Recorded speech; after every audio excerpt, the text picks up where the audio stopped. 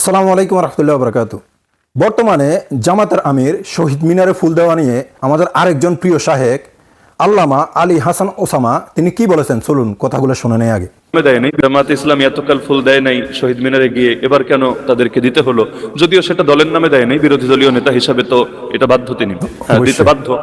না দিলে আরো সমালোচনাটা বেশি হতো, কিন্তু এখন সমালোচনা করছে যে ইসলামের নাম লাগালে তাহলে এতকাল যেটার বিরোধিতা করলো সেটা কেন করতে গেল। তাহলে ওই একই ইস্যুকে কেন্দ্র করে নারী বিষয়ক বক্তব্যকেও তো প্রশংসার নজরে দেখা দরকার ছিল, কারণ আল্লাহ এবং তার রাসূলের বাইরে যাওয়ার সুযোগ মুসলমানদের কোথায়? তো যাই হোক, আলোচনা সমালোচনা থাকবে, কিন্তু আমি মনে করি এই সমালোচনাগুলোই আরো বেশি এগিয়ে দিবে ইনশাআল্লাহ।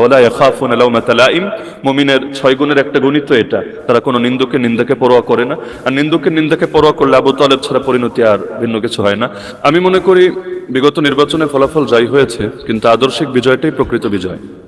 নিজেদের আদর্শের উপর অটল এবং অবিচল থাকতে পারা এবং সেই আদর্শ জনসাধারণের ভেতর ছড়িয়ে দিতে পারা এবং সেই আদর্শ নিয়ে দুনিয়া থেকে শেষ নিঃশ্বাস ত্যাগ করতে পারা, এটাই মুমিনের জীবনের সবচাইতে বড় কাঙ্ক্ষিত লক্ষ্য এবং কাম্য। কথাগুলো তো শুনলেন, কথাগুলো কেমন লাগলো দয়া করে জানাবেন, আর পারলে ভিডিওটা শেয়ার করে দিবেন যাতে সবাই জানতে পারে। আর যারা এইসব বিষয় নিয়ে সমালোচনা করে আমি তাদেরকে বলছি, ভাই আজকে জামাতে আমিরে শহীদ মিনার ফুল দিছে, সেটা নিয়ে আপনাদের অনেক মতবিরোধ, অনেক সমালোচনা সৃষ্টি, তাই না? জামাতে আমির মুসলিম, জামাতে আমির মুসলমান। ভাই বিএনপির মধ্যে কি মুসলমান নাই? যারা বিএনপি, যারা শহীদ মিনার ফুল দেয়, যারা আওয়ামী লীগ বা বিএনপি আগেও যারা দিছে, তারা কি মুসলমান না? যদি জামাতে আমিরের জন্য এটা হারাম হয়, তাহলে বিএনপি যারা মুসলমান তাদের জন্য তো হারাম। কই তাদেরকে নিয়ে কেন কথা বলেন না? ওদেরকে নিয়ে তো বলা দরকার, তাই না? ওরাও তো মুসলমান। বিএনপি যারা নেতার কাছে ওরাও তো মুসলমান। তা জামাতে আমিরটা দেখেন, কিন্তু ওদেরটা দেখেন না কেন? যেটা হারাম সেটা জামাতে আমিরের জন্য হারাম, যেটা হারাম সেটা বিএনপির জন্য হারাম। আসলে তাদের উদ্দেশ্য এটা না।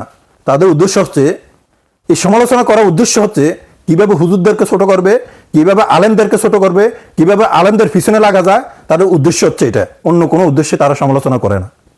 দেখেন যারা সমালোচনা করে এই মানুষগুলো কারো ভালো চায় না।